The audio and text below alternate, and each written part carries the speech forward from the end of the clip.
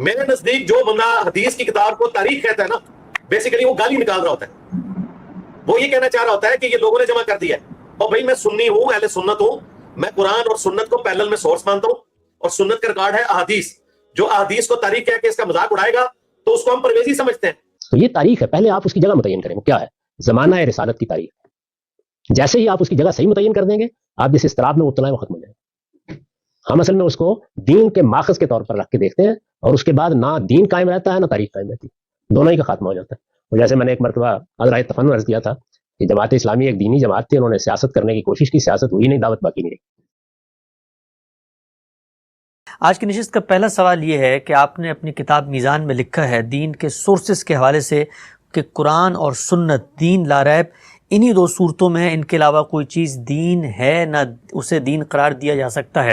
سوال آج کی نشست کا پہلا یہ ہے کہ آپ یہ مانتے ہیں کہ حدیث کے اندر بھی دین سے متعلق چیزیں بیان ہوئی ہیں، رسالت مآب صلی اللہ علیہ وسلم نے شرح و وضاحت بھی کی ہے، تفہیم و تبیین بھی کی ہے، اور اس کے بعد قیاس اور اجتہاد کا دائرہ بھی مانتے ہیں. تفصیلی ہم نے آپ سے گفتگو کی تھی کہ ان سے بھی جو چیز ثابت ہوتی ہے باہر کیف و اللہ کی ہدایت، اللہ کا مطلوب منشا بنتی ہے.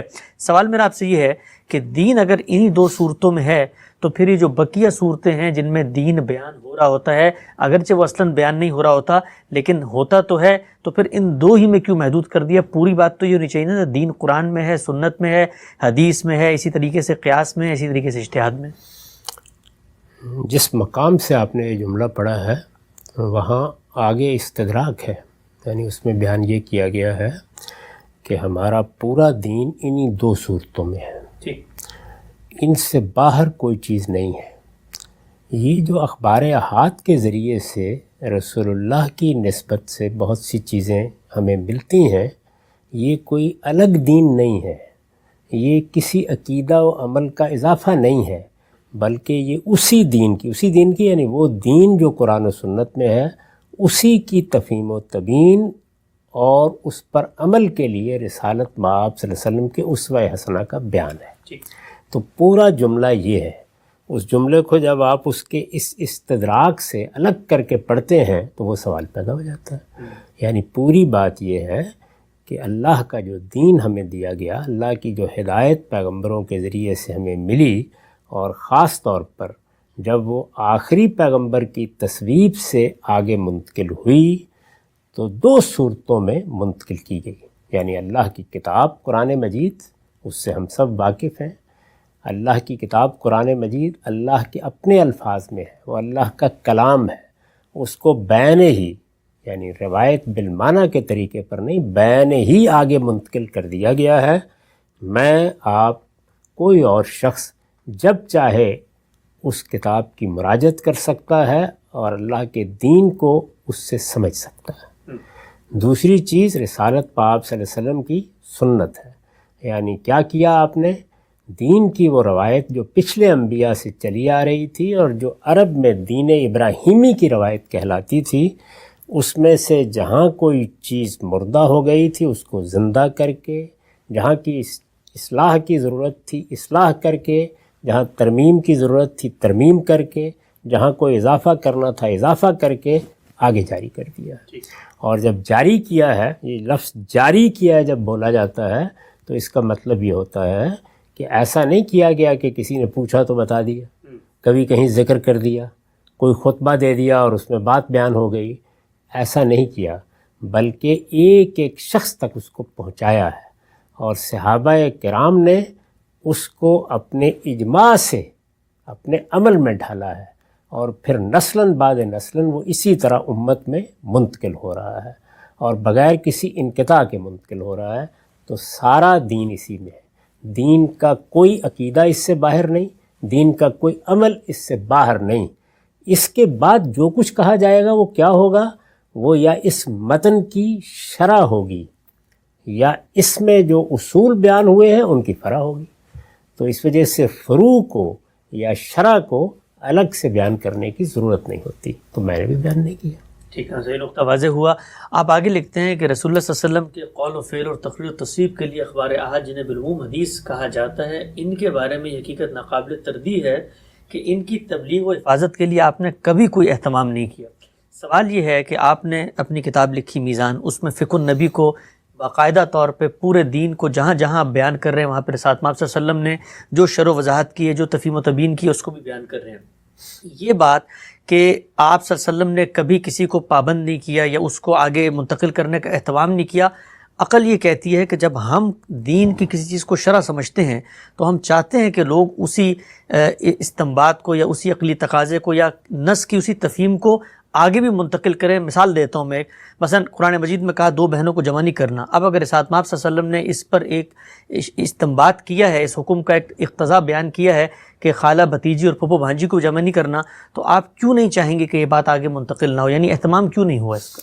ذمہ داری نہیں تھی، یعنی ایسا نہیں کہ رسالت مآب صلی اللہ علیہ وسلم نے لوگوں کو پابند کیا اس بات کا، وہ اللہ کی کتاب آگے پہنچانے کے پابند تھے، سنت ان کے عمل میں ڈھل چکی تھی اور گویا کہ پورے صحابہ کے گروہ کا عمل بن چکی تھی، اس میں تو کسی اور اہتمام کی ضرورت ہی نہیں تھی۔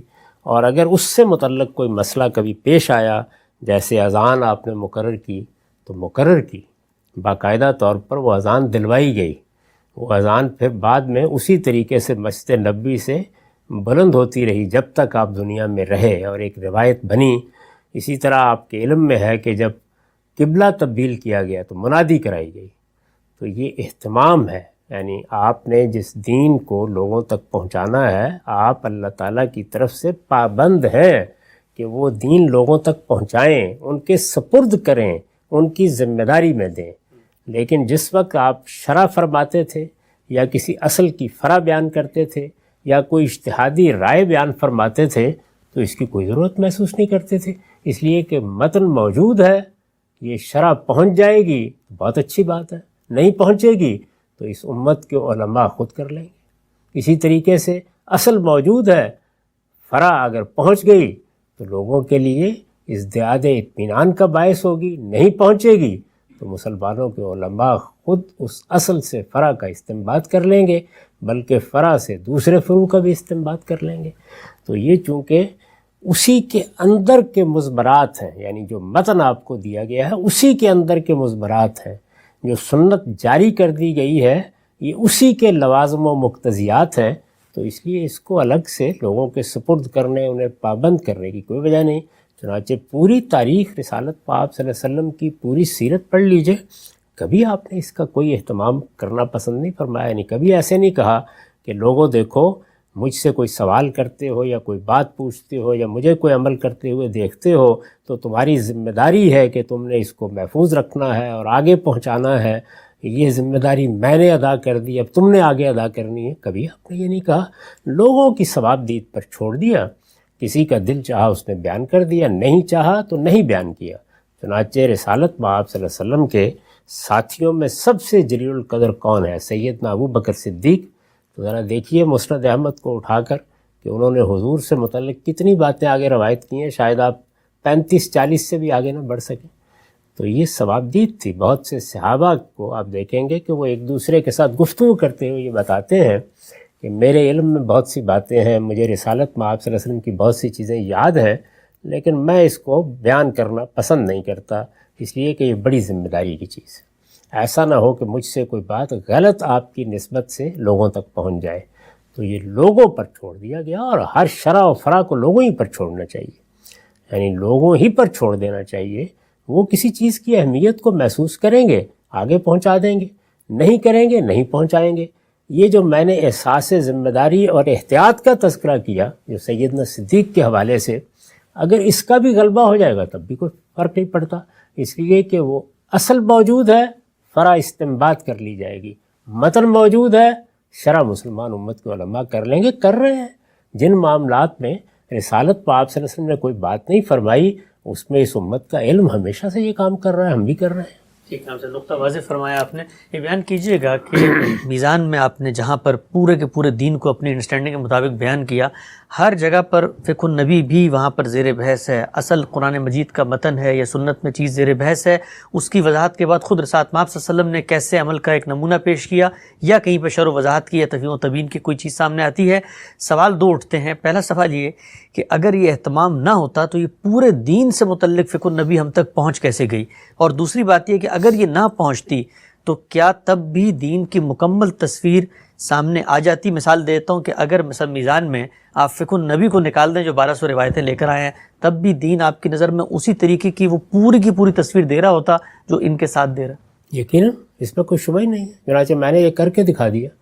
جیسے ہی میزان پایا تکمیل کو پہنچ گئی تو میں نے ان تمام روایات کو اس میں سے نکالا، الگ کیا. یہ 1200 کے قریب روایات ہیں، اس سے بھی کچھ زیادہ، سب کو نکال دیا اور صرف قرآن و سنت کی بنیاد پر اس دین کو الاسلام میں بیان کر دیا. پورا بیان کر کے دکھا دیا. کوئی چیز اس میں کم نہیں ہے، کوئی چیز اس میں زیادہ نہیں کی جا سکتی. پورا دین بیان ہو گیا ہے، کیونکہ یہ جو کچھ ہے یہ یا شرع ہے یا فرع ہے. یعنی اصل بیان ہو گیا ہے تو ظاہر ہے کہ اس کی فرع ہے، اور اگر متن موجود ہے تو ظاہر ہے کہ اس کی شرع ہے. تو اس لیے اس سے کوئی فرق واقع نہ ہوتا. لیکن یہ میرے پاس بہت بڑی نعمت ہے. یعنی اللہ کے پیغمبر کی تشریحات ہیں. رسالت مآب صلی اللہ علیہ وسلم کی جو تشریح حیثیت ہے، یعنی آپ شارع ہیں، اللہ کا دین کی حیثیت سے جاری کر دیتے ہیں، دین میں عقیدہ بتا دیتے ہیں، دین میں کسی عمل کی ابتدا کر دیتے ہیں. یہ جو تشریح بالعین تشریح حیثیت ہے آپ کی، اس کا ظہور ہوا ہے سنت کی صورت میں. اور جو آپ کی تشریح حیثیت ہے یعنی شرع کرنا، وضاحت کرنا، اس کا ظہور اس طریقے سے ہوا ہے. تو تشریحات جو کچھ آپ نے فرمائی ہیں وہ بہت بڑی نعمت، بہت بڑی دولت ہے. اس سے علم کی ابتدا ہوئی ہے، اس سے اس امت کے علماء نے علم سیکھا ہے، اس سے دین کو سمجھنا سیکھا ہے، اس سے دین میں اجتہاد کرنا سیکھا ہے، اس سے نئی صورتوں پر دینی چیزوں کا اطلاق کرنا سیکھا ہے، اس سے استثناء اور رخصت کے قواعد سیکھے ہیں. تو وہ پہلے معلم ہیں. یعنی اللہ کا پیغمبر، فقہ جب وجود میں آئے گی تو امام الفقہاء ہیں.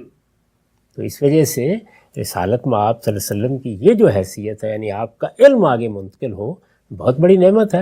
اور اس میں جتنا آپ نے کر دیا، یعنی لوگوں کے سامنے اگر کسی سوال کا جواب دے دیا، کوئی عمل لوگوں نے دیکھ لیا اور اپنی ثوابدید پر آگے بیان کیا، تو یہ دیکھیے کہ جو باقی اہل علم ہیں جن کی چیزیں ہم منتقل کرتے ہیں، کتنے اہل علم ہیں کہ جنہوں نے کوئی کتاب نہیں لکھی. سب سے بڑی مثال کس کی ہے؟ امام ابو حنیفہ. مسلمانوں کی آبادی شاید کہا جا سکتا ہے کہ نصف سے زیادہ ان کی فقہ کی پیرو ہیں، کوئی کتاب نہیں لکھی. ایک کتاب ان کی طرف منسوب کی جاتی ہے یا اور بعض چیزیں، ان پر بھی بہت بحث ہے، الفقہ الاکبر وغیرہ، کچھ نہیں لکھا.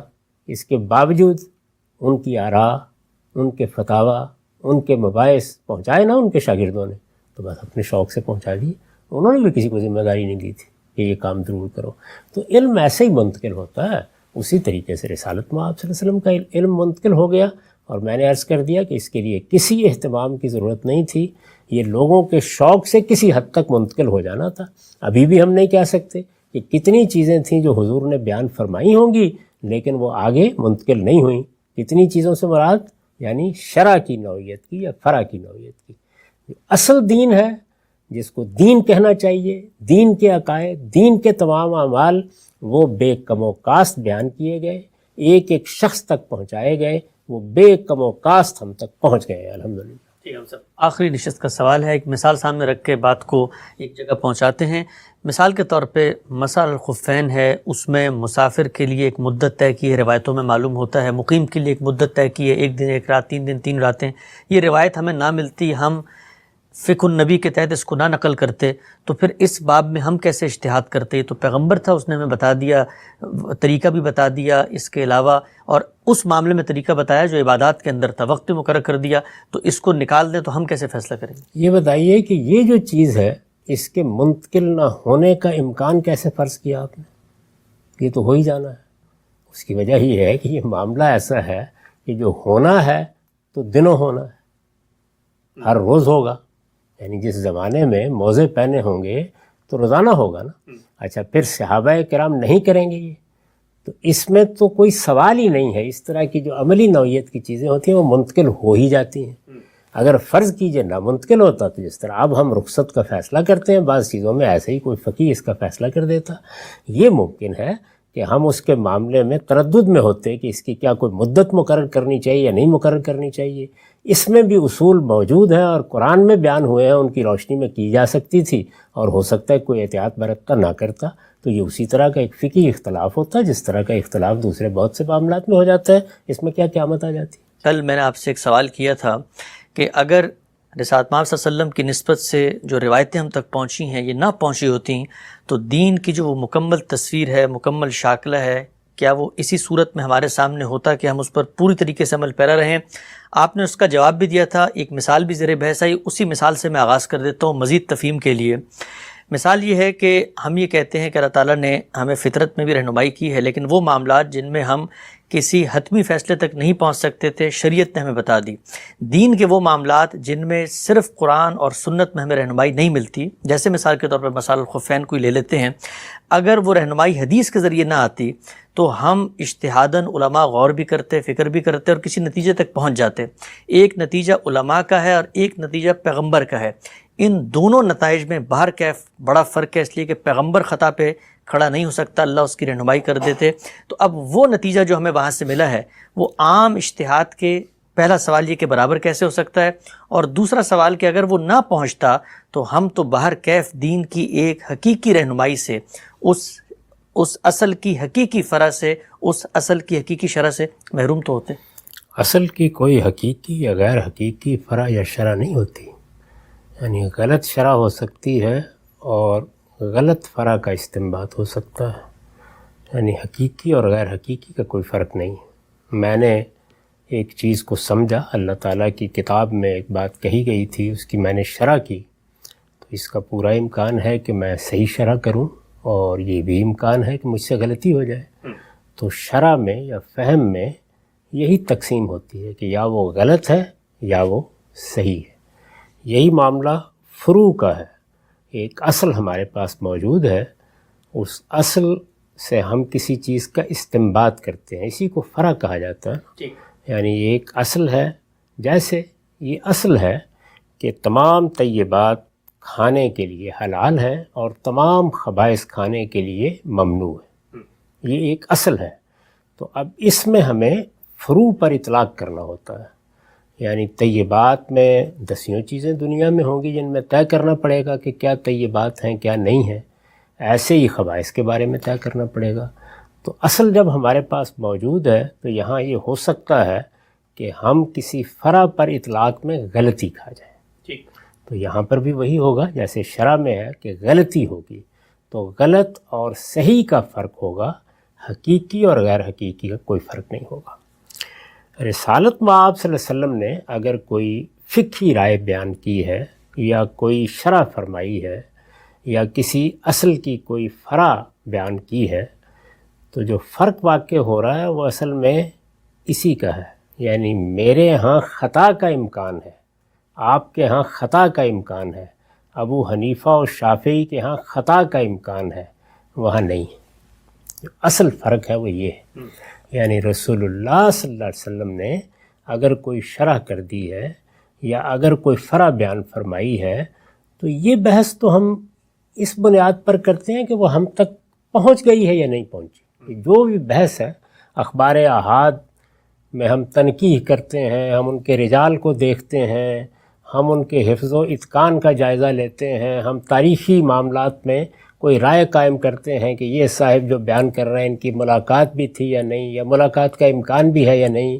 یہ جتنی چیزیں ہم کر رہے ہوتے ہیں وہ اس وجہ سے کر رہے ہوتے ہیں کہ ہمیں یقینی طور پر یہ معلوم نہیں ہے کہ یہ رسول اللہ ہی کی بات ہے.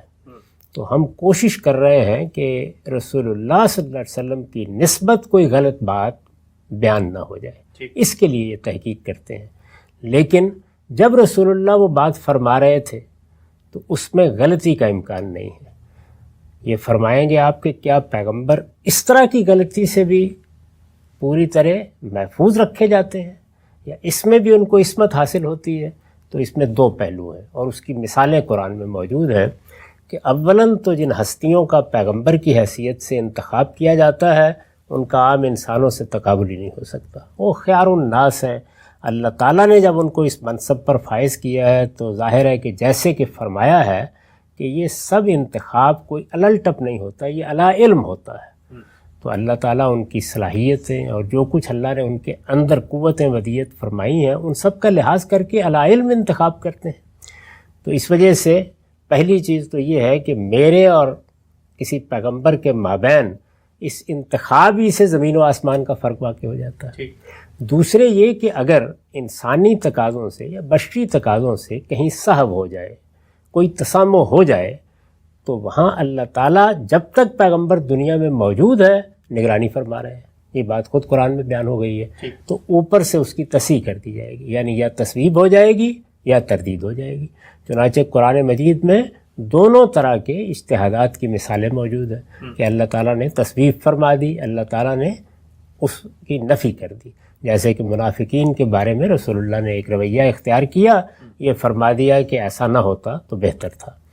ایسا ہی معاملہ عبداللہ ابن مکتوم کے معاملے میں ہوا، جس پر قرآن مجید میں کچھ توجہ دلائی گئی اور یہ کہا گیا کہ اس موقع پر یہ رویہ آپ کو نہیں اختیار کرنا تھا. تو وہاں تصویب ہو جائے گی یا تردید ہو جائے گی، دونوں چیزیں ہیں. دوسرے لفظوں میں یہ کہیے کہ میرے یا آپ کے یا ابو حنیفہ کے یا شافعی کے یا کسی بڑے سے بڑے عالم کے اجتہاد میں، اس کی شرح میں، اس کے فہم میں غلطی کا امکان کبھی ختم نہیں ہو سکتا. یہی وجہ ہے کہ ہمارے پورے علم میں جو محتاط لوگ ہیں وہ ہمیشہ یہ کہتے ہیں کہ یہ جو کچھ بھی آراء ہم قائم کرتے ہیں یہ ثواب یحتمل الخطا ہوتا ہے، یعنی ہم سمجھتے ہیں کہ یہ ٹھیک ہے اسی لیے بیان کر رہے ہوتے ہیں، لیکن اس میں احتمال ہوتا ہے کہ کوئی غلطی ہو گئی ہو. اور ہم جب دوسرے کی رائے پر نقد کر رہے ہوتے ہیں یا اس کو غلط قرار دے رہے ہوتے ہیں تو وہاں پر بھی یہی سمجھتے ہیں کہ یہ خطا ہے، یہ غلطی ہے، اس لیے کہ دلائل سے ہمیں وہ غلطی نظر آ رہی ہے، لیکن یحتمل الثواب، اس میں بھی امکان ہے اس بات کا کہ یہ ٹھیک ہو اور ہم غلطی کھا رہے ہوں. تو اس لیے ہماری سب آراء، ہمارے اجتہادات اسی ذیل کے ہیں. پیغمبر کے اجتہاد میں، پیغمبر کی شرح میں اور ہمارے اجتہادات اور ہماری تشریحات میں بنیادی فرق یہ ہے کہ وہاں خطا کا امکان نہیں، وہ بے خطا علم ہے جو پیغمبر سے دین کے معاملے میں صادر ہوتا ہے. یعنی باقی چیزیں زیر بحث نہیں ہیں. عام بشری پہلوؤں سے کوئی بات آپ فرمائیں، اس میں آپ نے خود وضاحت کر دی کہ اس میں تم لوگ مجھ سے بہتر جانتے ہو بعض چیزوں کو، لیکن جس وقت میں اللہ کی طرف سے یا اللہ کے دین کی کوئی بات بیان کرتا ہوں تو میری زبان پر حق کے سوا کوئی چیز نہیں آتی. تو یہ سراسر حق ہوتا ہے، یہ سراسر ثواب ہوتا ہے، اس میں غلطی کا کوئی امکان نہیں ہوتا. یہ جو سب سے بنیادی فرق ہے وہ یہ ہے کہ یہ بے خطا علم ہے، اس میں ادنا درجے میں کوئی غلطی نہیں ہو سکتی. اب اس کے بعد اگلا سوال پیدا ہوتا ہے. وہ اگلا سوال یہ پیدا ہوتا ہے کہ جس وقت اللہ کے پیغمبر نے ایک بات بیان کر دی ہے تو آپ یہ دیکھیے کہ پیغمبر کی بات اگر مجھ تک پہنچ جاتی یا میں نے وہ سن لی، میں اس زمانے ہی میں موجود تھا، سعادت حاصل ہوئی تو میں نے سن لی، تو اس کے بعد کتنا بڑا بار مجھ سے اتر جاتا ہے. اس لیے کہ یہ کوئی آسان چیز نہیں ہے کہ جس وقت کوئی شخص ہم سے دین کے بارے میں کوئی بات پوچھتا ہے تو میں اپنے فہم کے لحاظ سے قرآن کی شرح کر رہا ہوں، حدیث کی شرح کر رہا ہوں، تو ہر وقت آدمی یہ خیال کرتا ہے کہ بڑی جواب دہی کے ساتھ میں یہ سب کام کر رہا ہوں، مجھے اللہ تعالیٰ کی بات بیان کرنی ہے، اگر اس میں کوئی غلطی ہو جاتی ہے تو ایک بار ہوتا ہے نا آپ کے اوپر. ظاہر ہے کہ وہاں یہ چیز بھی ختم ہو جاتی ہے کہ میرے سامنے اللہ کے پیغمبر کی بات آ گئی. تو اس لحاظ سے دونوں چیزیں بہت قابل اطمینان ہو جاتی ہیں. یعنی پہلی چیز کیا کرتی ہے، وہ مجھے یہ احساس دلاتی ہے کہ بے خطا علم تک پہنچ گیا ہوں، بہت بڑی چیز ہے یہ. اور دوسری چیز کیا ہے، دوسری چیز یہ ہے کہ اب جو کچھ بھی یہاں سے آئے گا وہ میرا بار کم کرے گا، میرے لیے ازدیاد اطمینان کا باعث ہوگا. جی ہاں، یہ نقطہ آپ نے واضح فرمایا. اسی بات کو مان لینے کے بعد ایک لازمی عقلی نتیجہ جو نکلتا ہے اس کے برخلاف لوگوں کا یہ تاثر ہے کہ جو میزان میں آپ نے جملہ لکھا ہے کہ آپ نے اس کی حفاظت کا کبھی کوئی اہتمام نہیں کیا. اگر یہ بے خطا علم ہے، اس کے اندر دین کی ایسی چیزیں بیان ہو رہی ہیں جس میں ظاہری بات ہے رسالت مآب صلی اللہ علیہ وسلم کو اپنے اجتہاد کے بعد اللہ کی تائید، اللہ کی تصویب بھی حاصل ہے، دین کی روح بھی اس سے نمایاں ہو رہی ہے، اس کے مضمرات بھی کھل رہے ہیں، اس کے اطلاقات بھی سامنے آ رہے ہیں، تو یہ بات کہ پھر آپ نے کبھی اس کی حفاظت کا اہتمام نہیں کیا، نہ صرف یہ کہ عقل اس کو تسلیم نہیں کرتی بلکہ خود رسالت محمد صلی اللہ علیہ وسلم کے جو ارشادات ہیں اپنی باتوں کے بارے میں آپ نے بڑی شدید تنبیہ فرمائی ہے کہ مجھ سے کوئی غلط بات منسوب نہ کرنا، جس نے یہ کام کیا اس کا ٹھکانہ جہنم ہے۔ تو یہ جو کچھ آپ صلی اللہ علیہ وسلم کر رہے ہیں اس کو کیوں نہیں کہا جا سکتا کہ آپ یہ چاہتے ہیں کہ ان چیزوں کا اہتمام بھی ہو، حفاظت بھی ہو، صحیح صحیح لوگوں تک پہنچیں، اور فطری خواہش بھی ہے۔ ہم اور آپ بھی جب کوئی اجتہاد کرتے ہیں، مثال ہی دیتا ہوں، مطلب آپ نے مقامات کتاب لکھی ہے، تو کیا آپ نہیں چاہیں گے کہ جی میزان کے علاوہ یہ جو آپ کے عملی اطلاقات ہیں، دین کی شرح و وضاحت ہے، یہ بھی دین کے سمجھنے والے جاننے والے لوگوں تک پہنچے، اور جب کوئی فقہی سوال ہوتا ہے تو آپ ریفر کرتے ہیں بھی فلاں جگہ میں نے مضمون لکھا۔ یہ اس روایت کا آپ نے حوالہ دیا، وہ تو الٹ بات بیان کر رہی ہے، یعنی آپ تنبیہ کر رہے ہیں کہ ایسے ہی میری باتیں نا بیان کرنا شروع کر دیا کرو، یہ بڑی خطرناک چیز ہے۔ ایسا نہ ہو کہ تم کوئی غلط بات میری طرف منسوب کرو، اور اس روایت کا یا رسول اللہ کی ان تنبیہات کا یہی مطلب جلیل القدر صحابہ نے سمجھا ہے۔ چنانچہ آپ کو 10 حدیثوں میں یہ چیز ملے گی کہ جلیل القدر صحابہ یعنی سیدنا صدیق جیسے لوگ، سیدنا زبیر بن العوام جیسے لوگ، وہ یہ کہہ رہے ہیں کہ ہمیں بہت سی باتیں حضور کی معلوم ہیں، لیکن یہ کہ ہم ان کو بیان کرنے سے ڈرتے ہیں، ایسا نہ ہو کہ کوئی غلط بات منسوب ہو جائے۔ تو یہ تو کوئی اہتمام نہیں ہے، سخت تنبیہ ہے، کیونکہ انسان نے اپنے فطری جذبے کے تحت یہ باتیں بیان کرنی ہیں۔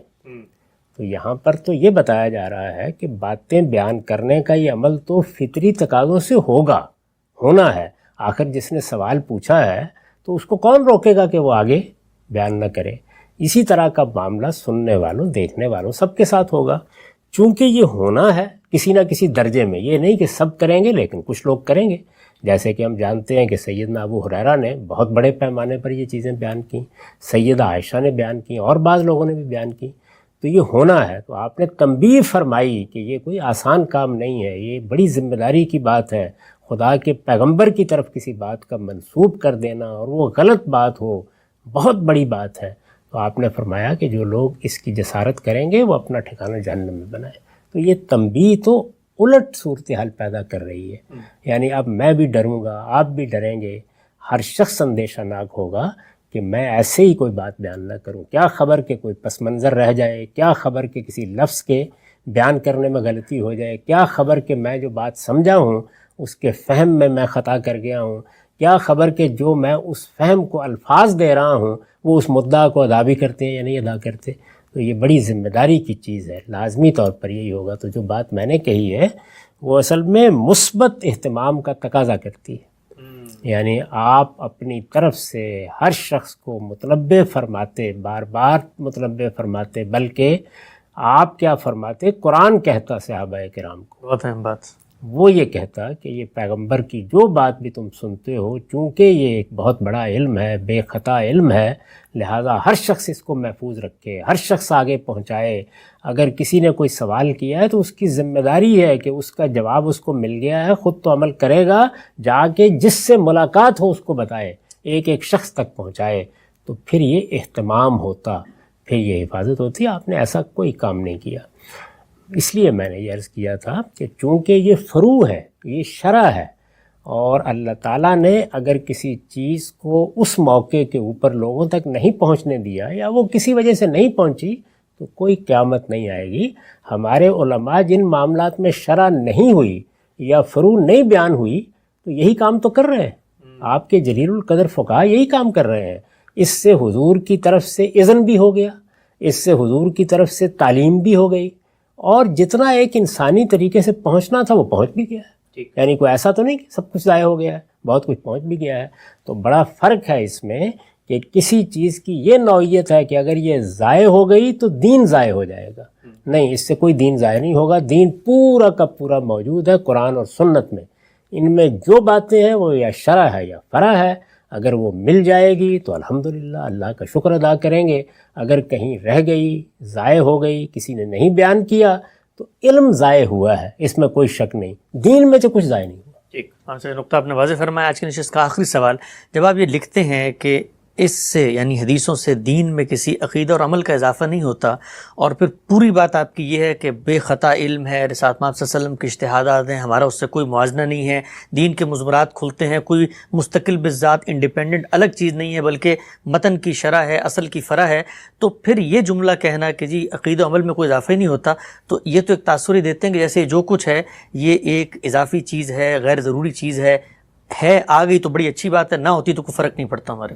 یہ جو آپ نے کلمات ارشاد فرمایا ہیں تو اس کا مطلب یہ ہے کہ جو آدمی بھی قرآن کی تفسیر کرتا ہے اضافی چیز ہے، بے معنی چیز ہے، کچھ ہی فرق نہیں پڑتا، یہ جو ہم خدمت کر رہے ہیں یہ بھی اضافی چیز ہے، بے معنی چیز ہے، یعنی یہ بات کہاں سے نکلی؟ بڑی قیمتی چیز ہے، بڑی دولت ہے، علماء بھی جب کام کرتے ہیں تو بہت بڑی دولت ہے، لیکن عقیدہ و عمل کا اضافہ، کیا استاذ امام کی تفسیر سے عقیدہ و عمل کا اضافہ ہو گیا؟ ابو حنیفہ کے اجتہادات سے عقیدہ و عمل کا اضافہ ہو گیا؟ عقیدہ و عمل کا اضافہ ہونے کا مطلب جانتے ہیں کیا ہے؟ اس کا مطلب ہے آسمان سے کچھ آ گیا ہے، آسمان سے کچھ آئے گا تو عقائد میں اضافہ ہوگا، اور آسمان سے کچھ آئے گا تو اعمال میں اضافہ ہوگا۔